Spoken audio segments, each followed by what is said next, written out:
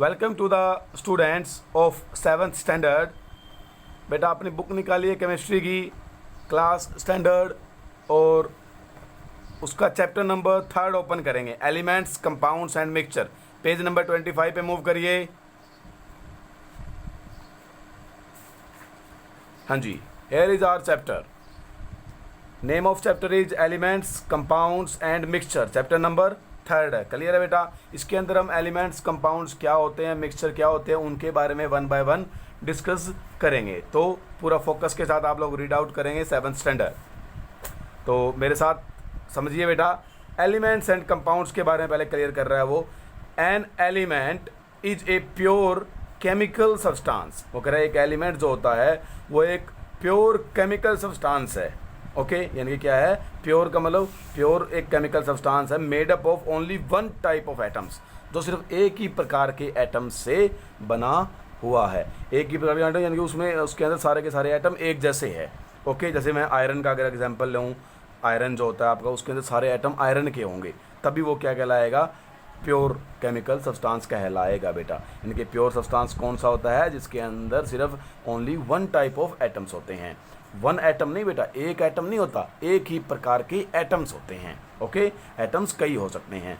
While a compound is a pure substance, while a compound is a pure substance, वो कह रहा है compound जो है वो भी एक प्योर सब्सटेंस होता है।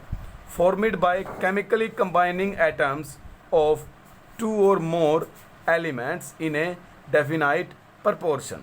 तो वो यहाँ पर कह रहा है बेटा कि जो एक कंपाउंड होता है इज ए प्योर सब्सटेंस, वो भी एक प्योर सब्सटेंस है।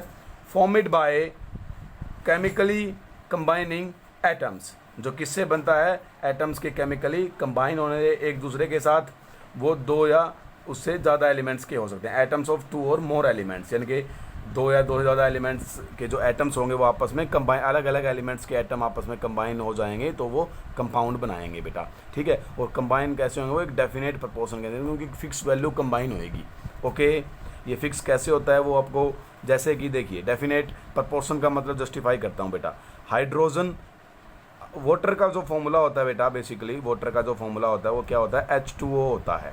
ओके, जब इसके अंदर देख रहा है 2 हाइड्रोजन है और 1 ऑक्सीजन है। क्लियर है?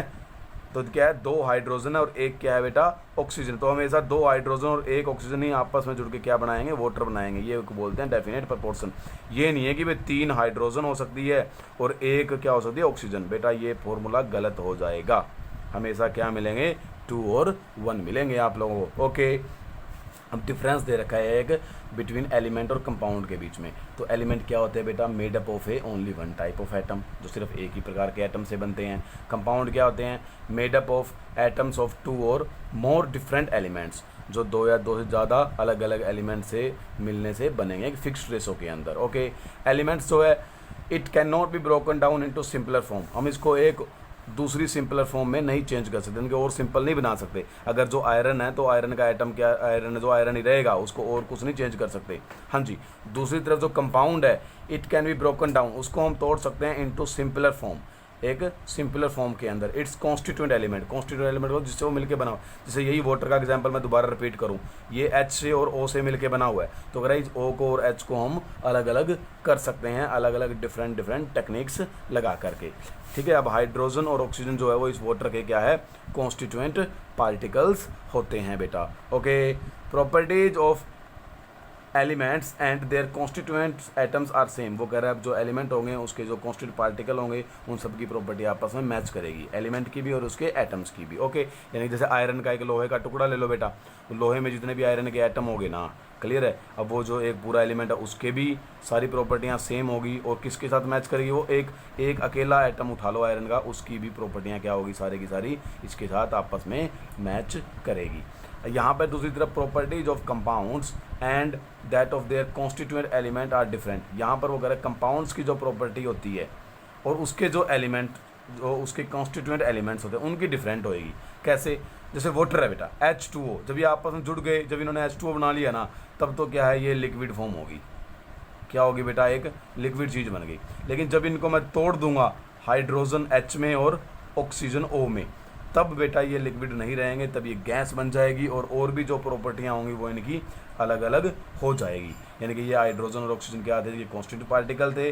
तो मैं कहूँगा कंपाउंड की जो प्रॉपर्टी जब वो अलग होती है और उसके कॉन्स्टिट्यूटिव पार्टिकल्स की प्रॉपर्टी अलग हो सकती है। एग्जाम्पल के तौर पर एलिमेंट्स में hydrogen, oxygen, aluminium, copper, iron, gold, ये सब इस एलिमेंट के नाम है बेटा। कंपाउंड में क्या है, कॉमन सॉल्ट हो गया, वाटर हो गया। कॉमन सॉल्ट जो आप खाने वाला नमक होता है उसको बोलते हैं, जिसका फॉर्मूला क्या है, सोडियम क्लोराइड बोलते हैं उसको। अमोनिया, कार्बन डाइऑक्साइड, ये सारे के सारे क्या है आपके बेटा कंपाउंड्स के एग्जाम्पल है। ये सारे के सारे क्या है बेटा आपके कंपाउंड्स के एग्जाम्पल है। ओके, ध्यान से सुनते रहिए आप लोग। तो एलिमेंट्स और कंपाउंड्स में आपको फ़र्क पता ही चल गया बेटा। एलिमेंट्स क्या होते हैं, जो सिंगल टाइप ऑफ एटम से बनेंगे, और कंपाउंड क्या होंगे, जो दो या दो से ज़्यादा एटम के कम्बिनेशन से बनेंगे, और वो एटम्स डिफरेंट एलिमेंट के हो सकते हैं। ओके, क्लियर है मेरी बात यहाँ तक। चलिए बेटा, आज आप यहीं तक रीड करके आएंगे अच्छे से। ओके, अच्छे से पढ़ेंगे सभी बेटा।